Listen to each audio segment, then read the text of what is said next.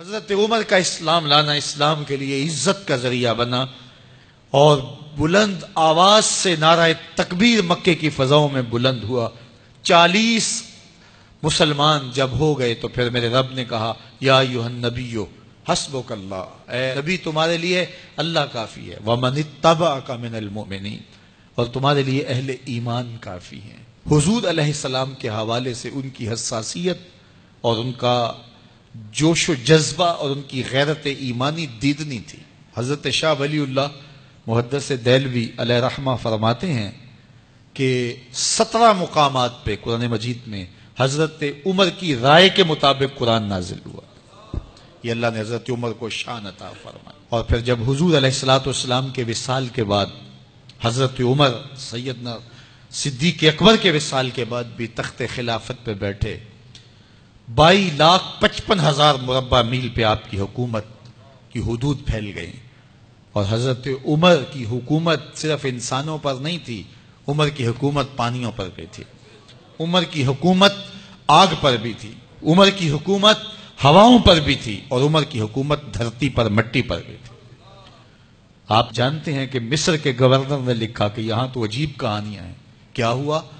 کہا کہ دریائے نیل اتنی دیر تک چلتا نہیں جب تک ایک نوجوان لڑکی کو زیورات سے آراستہ کر کے نیل میں ڈالا جاتا ہے، پھر نیل چلتا ہے، اور یہ برسا برس رسم جاری ہے۔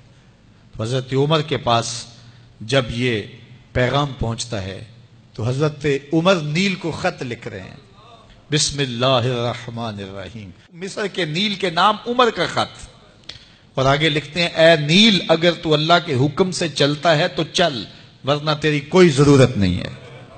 اور رکا لکھ کر کاسد کو دیا، جا کے یہ دریائے نیل میں ڈال دو۔ اللہ اکبر، جن کے رکے دریا بھی مانتے ہیں، پانیوں پر بھی حکومت ہے۔ اور نیل میں جب وہ رکا ڈالا گیا، نیل ایسا چلا آج تک کبھی رکا ہی نہیں ہے۔ پانیوں پر حکومت، ہواؤں پہ حکومت۔ مسجد نبوی کا ممبر ہے، عمر خطبہ دے رہے ہیں، عراق کے علاقہ نہاون میں جنگ ہو رہی ہے، مدینے سے 1 مہینے کی مسافت ہے، 1 مہینہ مسلسل چلیں تو نہاون آتا ہے۔ حضرت عمر خطبہ دیتے دیتے درمیان میں جملہ معترضہ کا، یا ساریہ الجبل، اے ساریہ پہاڑ نہ چھوڑنا۔ لوگ حیران ہیں کیا ماجرا ہوا کہ ہم سے مخاطبہ ہے، ساریہ نہاون میں ہے، اور کہا ساریہ پہاڑ نہ چھوڑنا۔ 1 مہینے کے بعد جب وہاں سے قاصد آیا، اس نے کہا اللہ نے فتح دے دی۔ کہا کیسے؟ کہا پہاڑ کو چھوڑ کر دشمن پر ٹوٹنے لگے تھے، آگے بڑھنے لگے تھے، ان پر حملہ آور ہونے لگے تھے۔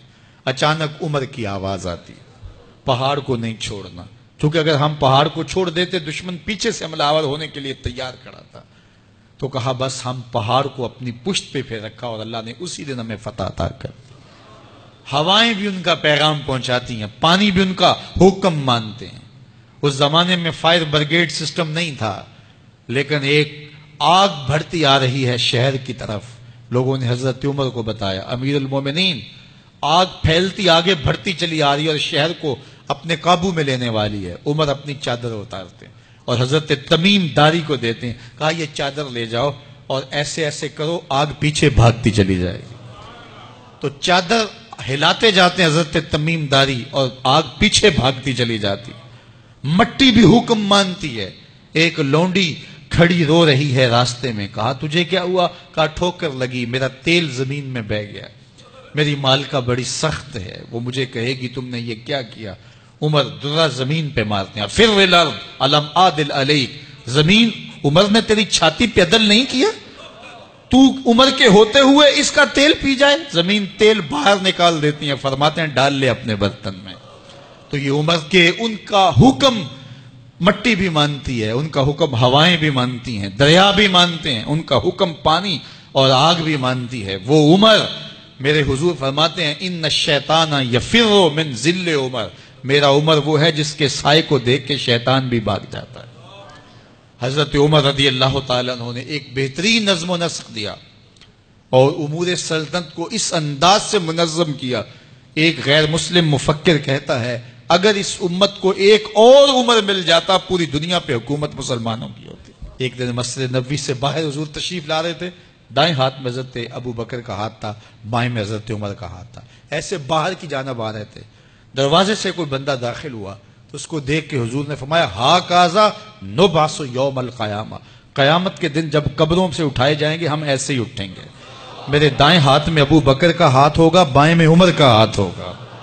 اللہ اکبر۔ جے شک ہووی تے چل مدینے، جے شک ہووی تے چل مدینے، آ ویخ لے جوڑ مزاراں دا، بن یار نبی دیاں یاراں۔